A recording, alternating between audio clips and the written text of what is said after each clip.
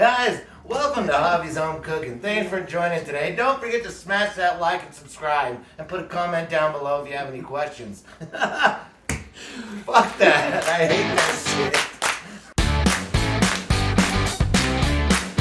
Hello friends, today I'm going to be showing you how to cook empanadas.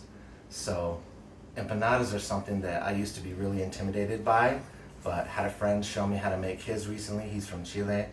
I've had empanadas at restaurants and kind of a variation of empanadas when I was in Puerto Rico, but I think they call them pastelillos. Anyways, I thought they were super delicious and wanted to put my take on it and show you how to make it. So let's get started. The first thing we're going to make is the dough. At first I think it's a little intimidating to make dough from scratch, but it's really just a few ingredients. You've got flour, salt, lard, but you can use shortening. I think that's fine. I've even seen recipes where they use melted butter instead, but you've got to have some sort of fat content. And then water. So we're going to mix the dough together, wrap it up, and put it in the fridge to rest.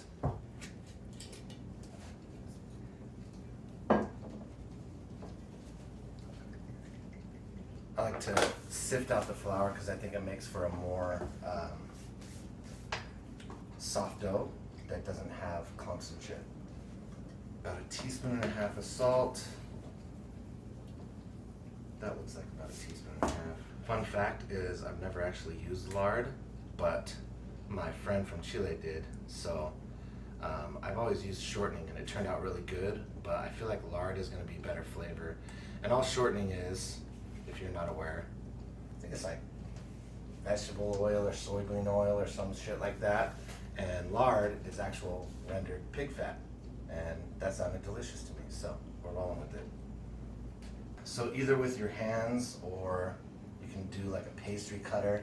You want to incorporate all of your ingredients together with the lard and your salt and your flour until it feels kind of like rough sand. So I'm just pinching and squeezing the flour into the lard, or the lard into the flour, however you view that. And it starts to kind of crumble up, and that's what you want to see. It gets all crumbly, but you don't want any large chunks of lard. So I'm adding the water a little bit at a time. Your hands are going to get dirty, but that's half of the fun. Pouring a little bit more. At first you're going to feel like you put too much water, and then you're going to feel like you didn't put enough, and that's when I add more. It's weird like that. I don't understand the science behind dough. I just know what I've practiced and what I've seen. I mean, there's been a couple times where I've had to toss dough completely, where it didn't turn out. I did something wrong, either too much water, too much flour. One time I forgot an ingredient, so I just tossed it and started over. And honestly, for me, flour is so inexpensive that why not start over? Yeah, I totally fucked up the quantities, but in the description, we'll make sure to include all the specific ingredients that I use in this dough. All right, this is coming together nicely, so I'm gonna turn it out. I've got a good consistency of the dough. It's just a little sticky, but not too much. I turned it out of the bowl onto my cooking surface, and I'm just giving a little knead. It doesn't need a whole lot of kneading, to be honest. My friend from Chile, he barely even kneaded it at all, if any. But I just want to make sure that I work it a little bit, get it to the right consistency, make sure that it's not too sticky, but not too dry either. So I'm just rolling a little flour into it, getting it to where I feel it's good. Square it up a little bit, wrap it, and put it in the fridge. You'll notice if I push, it gives me a little spring back. You don't want a whole lot, that would be for pizza dough, but if it gives you a little bit of spring back like this does, then I'm just going to square it off and wrap it in some plastic wrap, put it in the fridge for an hour to 2 hours, and then we'll move on from there. So fucking good. The next part of making empanadas is making a really fucking good dipping sauce. So I'm gonna make what's called a chimichurri. And I've made it a couple different ways. I've made it with just parsley. I've made it with cilantro as well. And I think a combination of the two works really, really well. I add red wine vinegar and olive oil and then seasonings to your taste, and then a fuck ton of garlic. That's always good. Yeah, I'm just gonna start off by chopping up a whole bunch of parsley, and then probably about a half cup of cilantro. And then I don't know the exact proportion. It's probably gonna end up being about a cup of olive oil and a half cup of red wine vinegar. We'll put the recipe in the description. So I'm just finely chopping this parsley. Some people might, I don't know, take off the stems and try to just separate the flower from the stems. I find that to be a huge pain in the ass, so I just try to chop off as much of the flower as I can. And a little stem's not gonna hurt you. It's like cilantro stem. I think it just enhances the flavor. If you see any big ass stems like this, just plop them out, no big deal. I'm gonna just run my knife through it a few times. Okay, so I'm just gonna pop this in here to my container. I'm gonna take cilantro, I'm gonna do about a half cup. That looks right.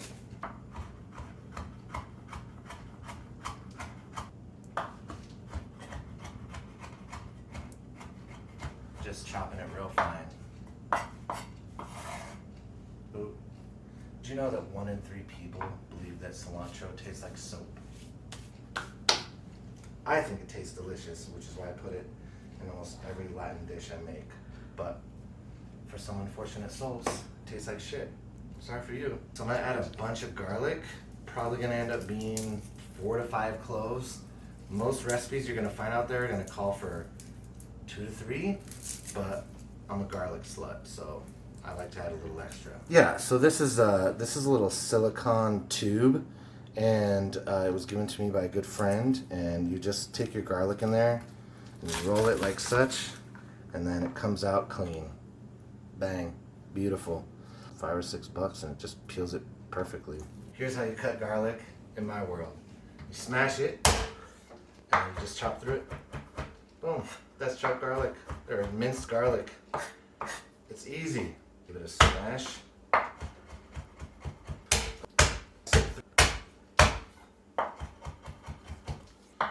Beautiful. Looks like minced garlic to me. How about you? So pop that in there. A lot of people already know this, but if you didn't know, garlic produces this, I don't know if it's a chemical or a compound, I don't know the science behind it. All I know is I listen to a lot of podcasts, and in one of these podcasts, a scientist talked about the releasing of something called allicin, which is really good for your body, something that garlic releases. So I always say, before introducing garlic to heat, let it sit out 5 minutes. Just a fun fact for you and me. You're welcome. I'm gonna add approximately a cup, maybe a little more. I just like to get right to the edge of where the parsley and about a half a cup of red wine vinegar. You want to be careful. Vinegar can ruin this. I should measure, but that feels like about a half cup. I can always add more, but like salt, you can't always take away, so be careful. Take some salt in there, some fresh peppercorn, and some chili flakes.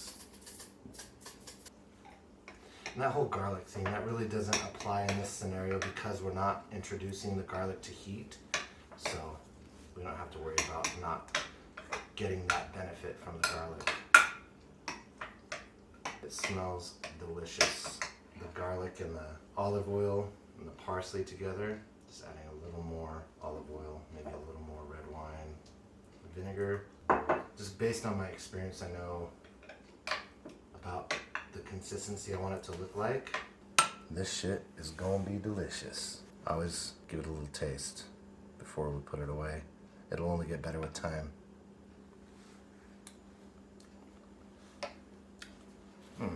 Could use a little more salt, but otherwise really, really good. So I'm gonna top this, and also along with my empanada dough, put it in the fridge to rest. Let these flavors get to know each other. The next step is to make your meat mixture. So this is my variation on the empanada filling. You can do anything you want. Today I think I'm gonna do probably a beef filling and a cheese filling. Cheese filling is just gonna be straight up pepper jack. It's awesome. The beef mixture, I've seen it made a number of different ways. It has tomato or red peppers, whatever you want. I like, personally, bell pepper, jalapeno, onion, garlic, olive. And then I'm gonna add some paprika, cumin, salt and pepper. It's gonna be amazing, super easy to make. And I got about, I think, 2 pounds beef, 70-30, 70-30 meat to fat. We'll go ahead and make that now. First, we need to brown the beef. And after we brown the beef, we're gonna drain that off and use the drippings from the beef or the fat rendering from the beef. And then we're gonna saute our vegetables in that. We'll use all of it to kind of saute. Just get as much of that as we want. Rather than adding new oil into it, this is oil.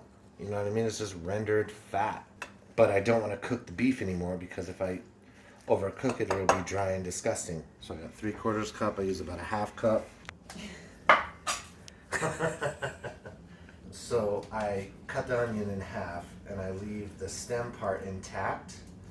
It makes it easier to cut, and if you don't have that stem side cut, it doesn't make you cry. They also say that if you have a sharp knife, you won't cry either, because it's not, when you're not cutting with the dull knife and therefore not pushing up the onion juice into the air, which hits your eyes and makes you cry. I don't know. All I know is when I leave the stem on and I have a sharp knife, I don't cry when I cut onions. But it just makes it easier for cutting because you leave that stem on, you cut some lines through it, and then you just dice it up really easily like such.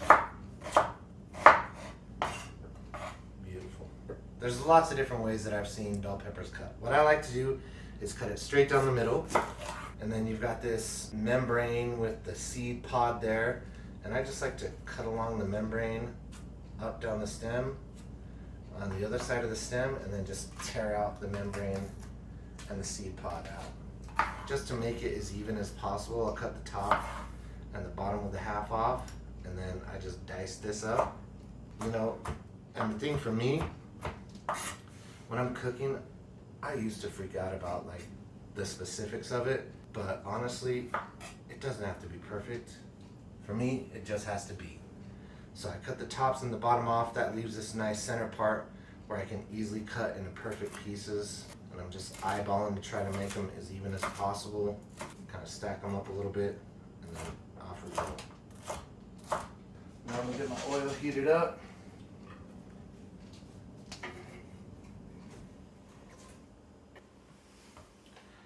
A lot of people are afraid to cut jalapenos, but as long as you don't have long nails and you don't use your nails, you're not gonna get that spice sticking in your hands. But I always wash my hands after cutting a jalapeno. I cut off the top and then I slice it down, make some nice little strips, trying not to dig my nails into the jalapeno. If you don't wash your hands before you use the bathroom, you might get spicy dick. Be careful. Easy. Done. No, garlic doesn't make your dick spicy. My least favorite part about making empanadas is dicing olives. It's a labor of love. There's just no way around it. It's gonna take a minute. Alright, in go the jalapenos. I remember being a kid and jalapenos were stupid spicy. From my experience in recent history, I've never bitten into a jalapeno and thought, wow, that's hot. They are delicious. They have a distinct flavor, and I like that. Fucking olives. I don't know the right method to the madness. I just start cutting them in half, laying them face down, or cut side down, and then I'm just going to run my knife through all of them. So I'm going to cut them all in half, and then I'm just going to start running my knife through all of them. I like to mince these up, add them to my meat mixture. They add some flavor because of the brine. They add that olive salty deliciousness. I really need to bust a nut. So here we go, fuck it. I don't know the right way, this is just how I do it. And I bet you if I blitz this up in a Ninja a couple times, it might give me the same effect, but I've never tried it. Maybe you should. So we've got the meat mixture with the veg in there, and I'm gonna add the diced olives in.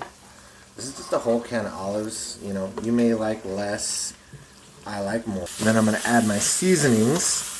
And once my seasonings are added, I'm happy with the salt content and maybe the color, then I'm going to take this off the heat just to cool. 2 tablespoons paprika, 1 tablespoon of oregano, 1 teaspoon of cumin. You could go more cumin if you want. It's at your discretion. I've learned that cumin can fuck up a recipe real easy if you're not too careful. And then I'm gonna give it 2 teaspoons of salt. Really salt it for taste, but you can always add more. You can never take away.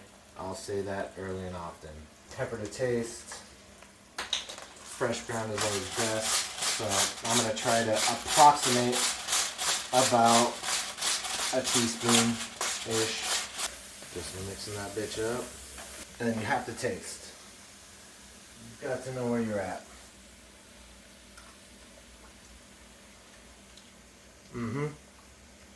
That's actually really fucking good.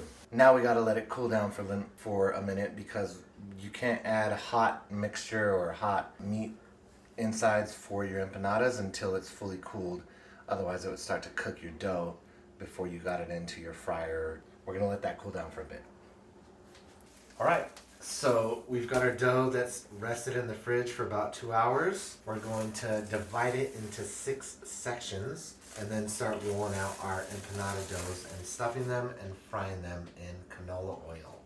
Just gonna lightly flour my surface here. What's really cool about dough though, honestly, is when you first start to form it and knead it, it starts to get really tough. But when you let it rest, it really gets super soft and easy to deal with. So you just want to kind of eyeball it. It doesn't have to be perfect. We can find ways to even it out later. For now, I'm going to set these 5 aside and then cover them so they don't lose moisture. And the first time I made empanadas, by the way, I used a cup as a rolling pin because I didn't have one. Oh, my apron. Fuck.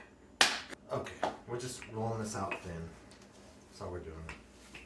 It's stretched out as much as it can be without tearing. And then I'm gonna get my handy dandy. Oh Jesus. Pizza cutter. Check. 5-second rule. And I'm gonna try to do 4-inch rounds. And it doesn't have to be perfect. You know, with cooking, I found it just has to be. Looks nice to me. Girl, you crazy when I have your baby. And fuck. So good. And I'm gonna start just putting my filling in the empanadas. Ends up being about 2 small scoops, maybe 2.5 small scoops. I like my empanadas full, so. And then I'm just gonna pull this crease over. And you gotta make sure it doesn't hit the edge. You do not want any exposed kind of crease to your filling. And that's why you gotta be careful of overfilling, which I feel like I have overfilled. All right, that closed, I think. This is the hardest part of empanadas, if I'm being honest, is getting that crease to close up. And then what I like to do is just kind of crimp it on the edges. Kind of just crimping it. Again, it doesn't have to be perfect. It just has to be. All right, I need a slotted spoon. Mountaintop. Ooh. Oh, so I just want to brown each side. If there was a breach in the dough, for real, this shit would be popping like crazy. And I'd have oil spurting and spraying in my face. We know that we sealed the dough good because it's not popping yet. Hopefully it does not. And we just want to wait until that one side gets brown. We'll turn her over, and then we're good to go. This is looking okay, even though they're smaller than what I liked. It's not going to be perfect, but what I do know is this shit's going to be delicious. That's a breach, and our oil just got fucked. The dough popped, and so now I've got all these little bits of ground beef and onion and garlic. I think the dough is too thin. So these are nice and golden brown, looking beautiful. Pull them up, drain the excess oil off, lay them down, and you have some beautiful empanadas. And I'm gonna keep doing this for another probably 1, 2, 3, 4, 5 batches, maybe an extra batch with the excess dough. And when we come back, we'll show you the finished product. We got our finished empanadas. It seems like a lot of work, but it's really easy. I'm gonna take one of my earliest ones, cut them in half, show you what we got here. beautiful, nice, flaky crust. Throwing some chimichurri into this. And this is the payoff.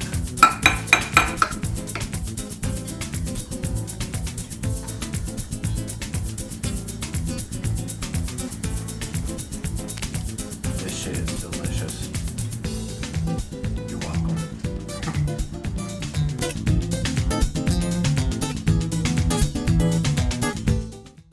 Toss that bitch in after you drink. It's so delicious to talk about.